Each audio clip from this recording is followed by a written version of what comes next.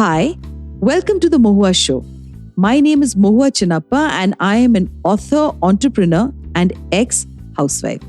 This podcast is about everything from business to technology to arts to lifestyle, but done and spoken ईमानदारी से. Hi, in today's episode, we have Jayashree Menon. Jayashree is the chairperson of Ficky Flow. So, Jayashree, you joined Ficky Flow Federation of Ladies Organization Bengaluru chapter in 2015. And in 2022, you took charge as the chairperson of Flow Bengaluru. What kind of business do you see most, not in terms of size or B2B, but is there any type of idea you see that's been happening more in the last few years? I think women entrepreneurs, homemakers have really turned into entrepreneurs the last 2 years. And I find, of course, food has been the biggest, business that they have. Food, there's been a lot of fashion, there's been a lot of gardening, homegrown plants, organic. These are the little things that most people have started at home.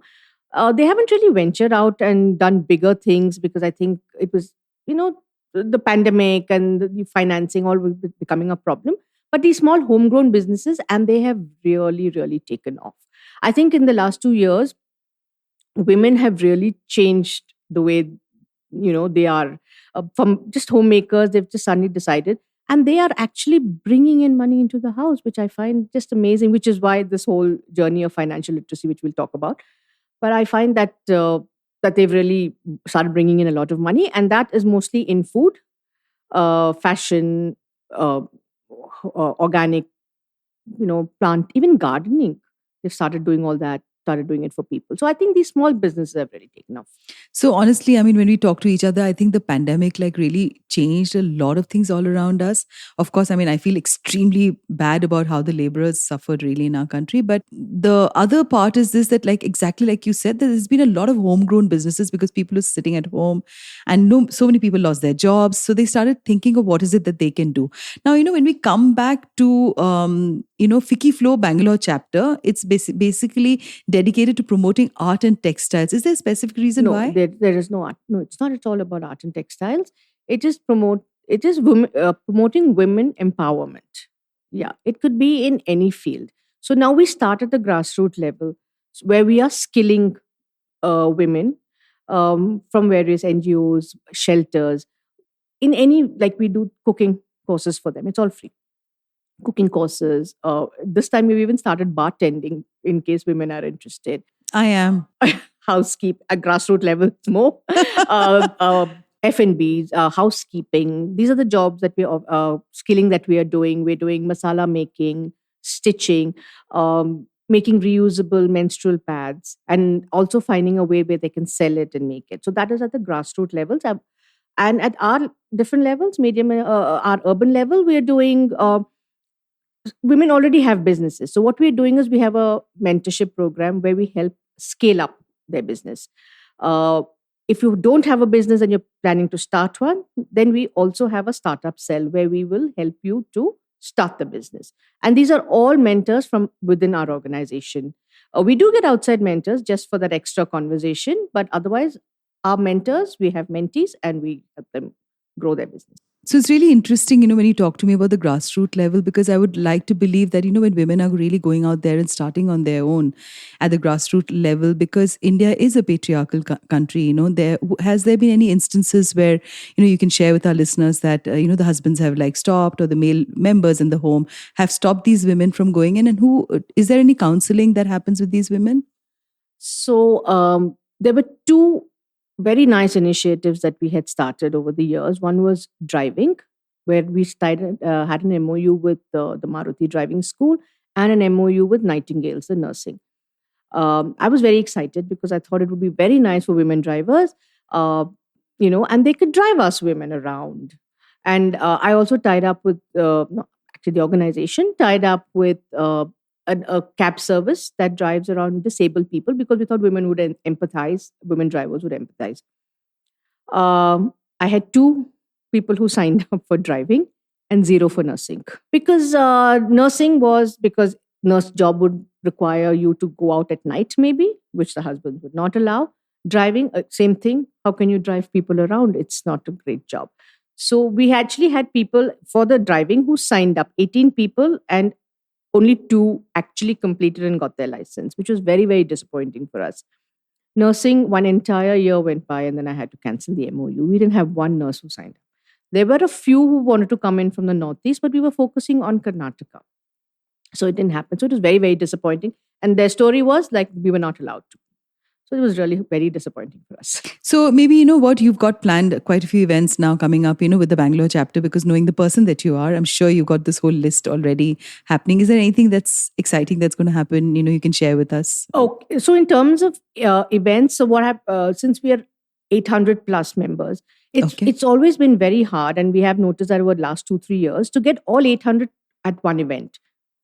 One, they don't show up. One, we have to cap it when we don't have a big enough venue. And plus, the last 2 years are asking for smaller groups.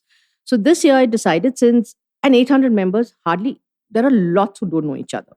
So I've decided to make 8 different networking verticals based on interest. Focus is financial literacy.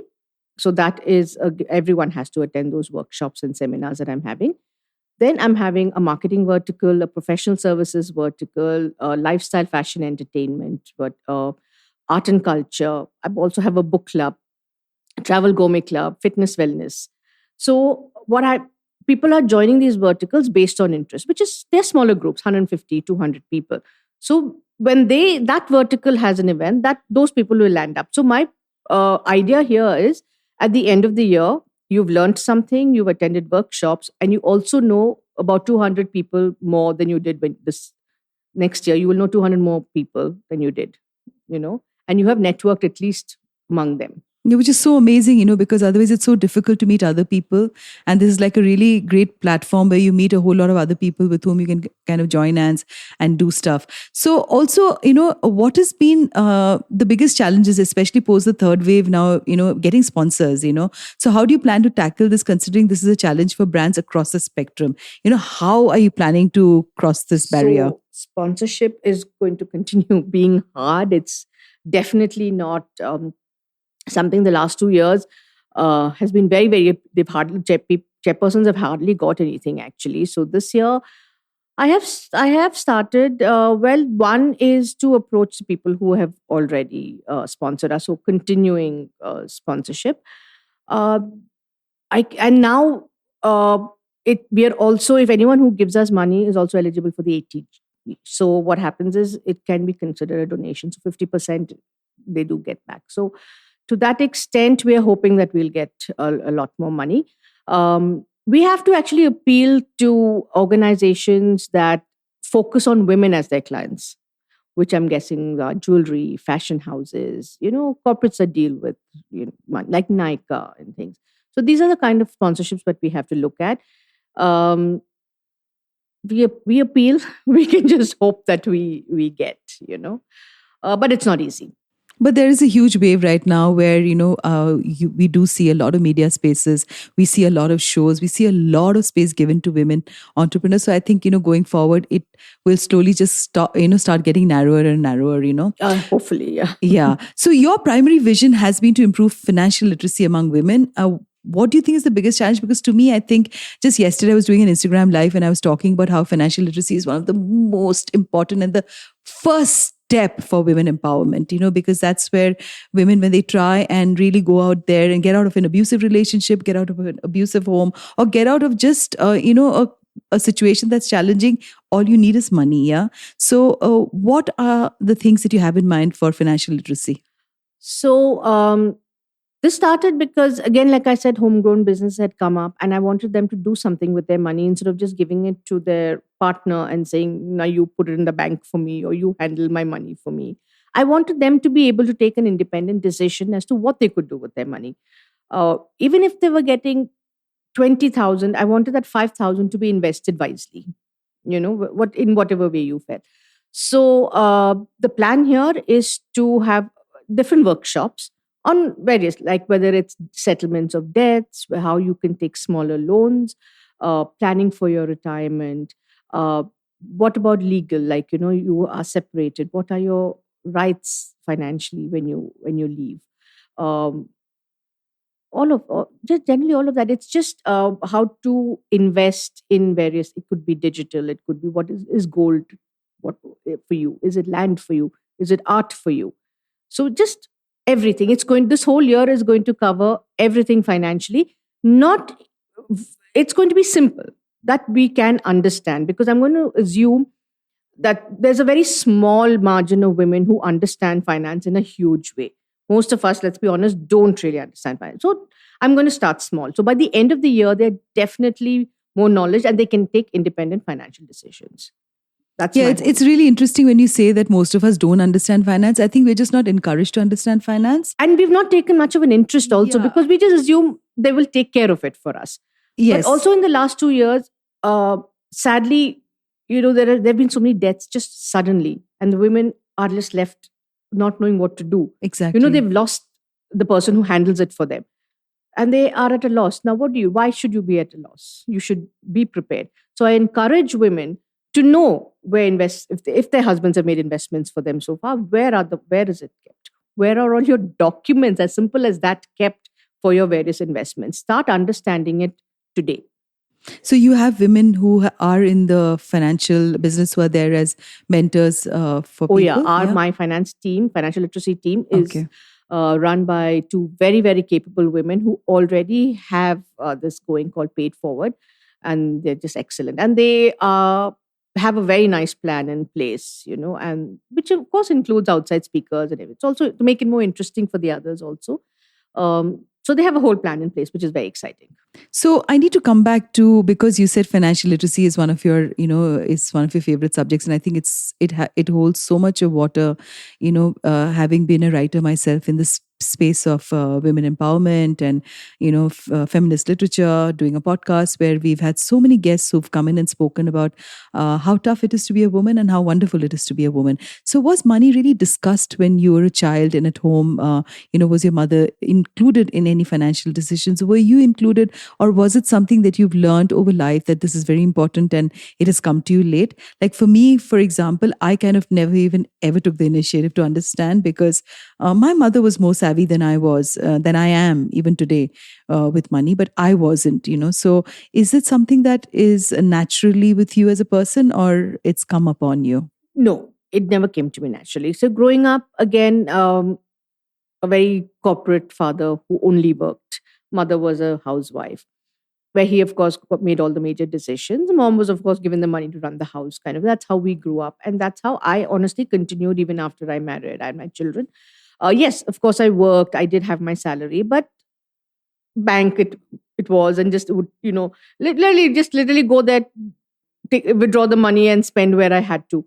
I think I understood this a lot more when my father suddenly passed away and my mother was 60, quite young. And he suddenly passed away. And I realized that we didn't really know anything that my father had done, least of all my mother, So it was quite a shock for us, because we had to literally pull out. It took about a year, I think, to pull out, all the documents, find out where dad had invested all his money, and figure out where it is. I don't know whether we've still gathered it all, So it was quite a shock. And then suddenly, miraculously, after a year or so, I saw my mom change, where she stopped depending on my sister and me completely. In terms of money, yes, there was, but how she was handling her finances and what she was doing with herself just changed, and she became this super independent woman, who could handle everything on her own. I think she's just my role model.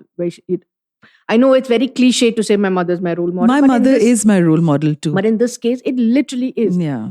Because how she changed at 60, and it's not easy for someone who's from a village, who's not even finished her schooling, probably just signed a check blindly if my father gave it to her without even knowing what she was signing, to this person who at some point even became the secretary of the inner wheel, which means you're handling a lot more. So I realized, if my mom can do it at 60, I have no right to not know it in my 40s or 30s or 50s. And I don't think anybody else should. They should learn today and not be in that situation to decide, I want to learn. Learn it way ahead. I'm sure you know what, when you're talking finance, the first thing that the emotion that comes in my heart and head is fear. Okay, and I'm sure a lot of women must be so fearful when they try and take decisions as far as investing goes, because you know what, traditionally, in most homes.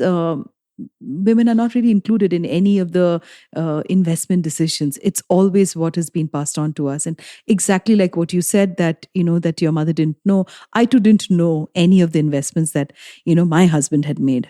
So even today I'm not fully aware of what the investments are. It's just this, that now I'm beginning to become aware. So how is it that you kind of deal with fear when especially because what makes it so interesting, Jayashree, that you're talking about to women at the grassroots level, where and I always talk about it, that it's way more harder there than what we perceive our hardships are all about. So, do you run workshops, or have you any plans for that? We are. So we are starting with, again, basic workshops. There are women who don't even have their own bank accounts. So we are encouraging them to do that. There are, again, small, business there, like pickle baking, snacks. But they don't know how to sell it. So we are, teaching them how to sell it. They don't know payment gateways. So we're going to do that for them. How they can get small loans for what they want to start. So we are doing all that for them, as simple as possible, because we can't get into bigger conversations with them. But this much we will, at the end, that's what I hope to achieve by the end of the year. At least that those who want to start know, okay, this is where I can go get my money. And yes, if I get this, I have my own account. I don't have to hand it over to anybody else. This is what I can do with my money. I want to teach them at least that much. So you've also said that you feel that women are more capable than than what they.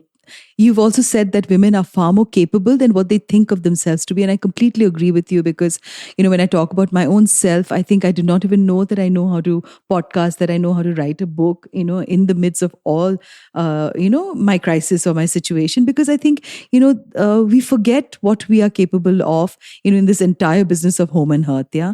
So tell us a little bit more about your journey as a woman. And of course, I've known you from the time that you've looked after both your children. You've moved cities also with your husband, and obviously career always takes a backseat for so many women like us who have dreams about doing something. And it's now that I see you making these speeches, and today I saw your article, and it makes me feel so proud, like from the bottom of my heart I feel happy when I see another woman do well. um, when did you come about this entire change in your own self? So I think the change was very gradual, Mo. Really, it's not something that I just woke up to one morning and said, "Oh, I'm going to be this person." I think the change was very gradual. Um, 30 years ago, I was this very shy, bride who became a mother. Who took up a job. I think just to keep the home kind of running and to help with the home. But I think in my journey over the last 30 years, I started meeting women who, at work, outside of work, who I realized were making a difference, not just to their lives, but also to their homes. Like for me, I was doing it as a pastime or something. But these were women for whom it wasn't, it was their livelihood. I mean, I was coming home in a train every day from work in Bombay, and I would see these women cutting their vegetables in the train so that when they go home, they can get to the cooking right away.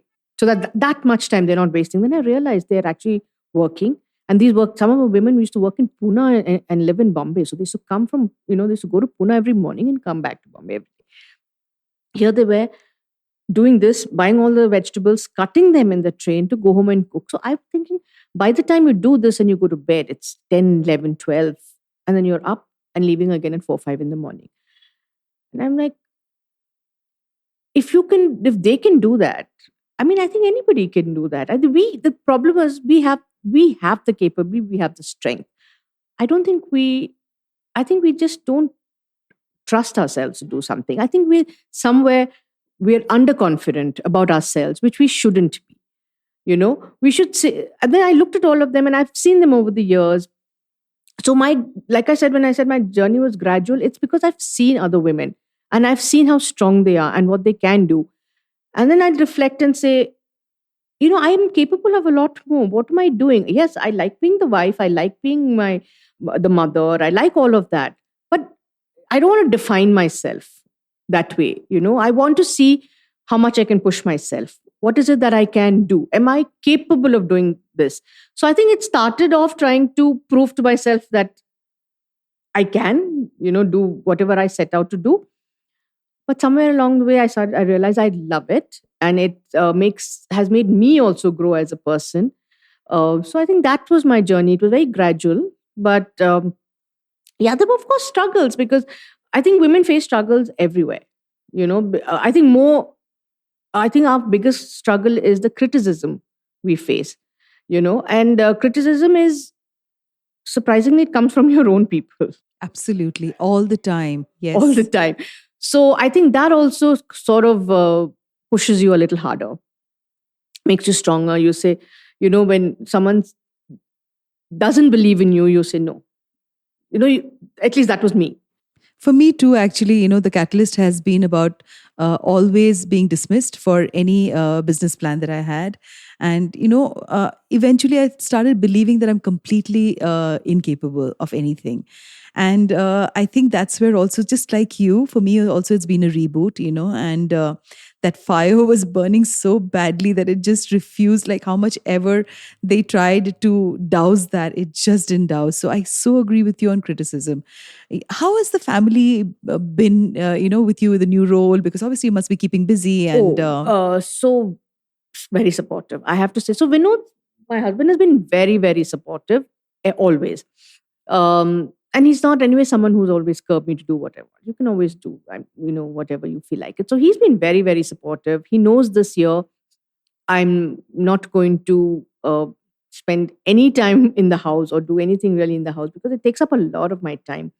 I've taken on the responsibility. I might as well just do it right, or as best as I can. So he knows I'm going to travel. He knows I'm going to be out. He knows I'm going to be on the phone a lot, or my emails a lot. I'm going to be in a lot of meetings.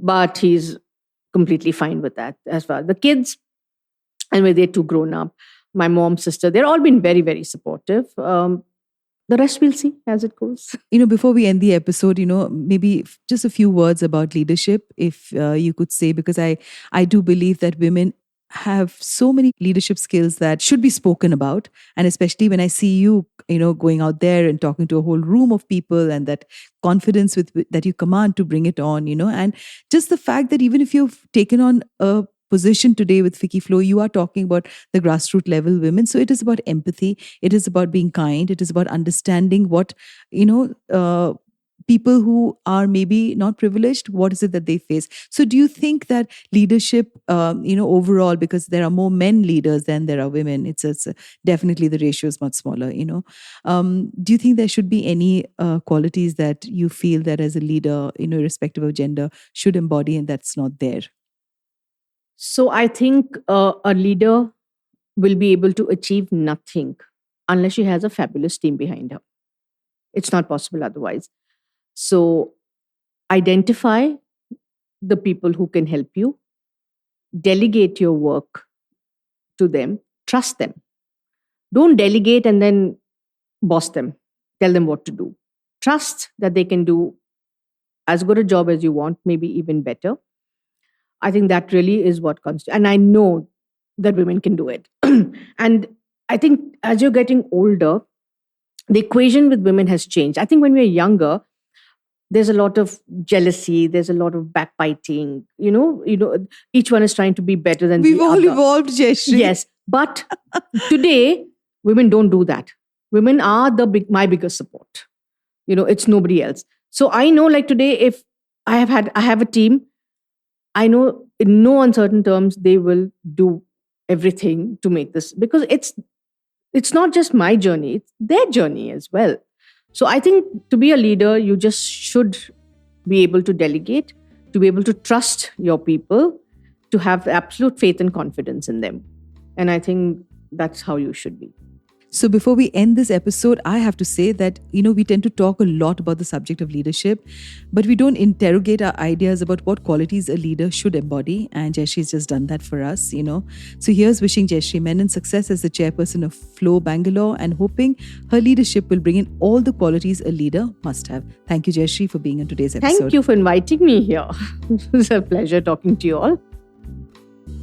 To you, our dearest listeners, you can find us on your favorite streaming services, Spotify, Amazon Music, Apple Podcast, and of course on all other major streaming services. With loads of love, we are The Mohua Show, where we talk imandari se.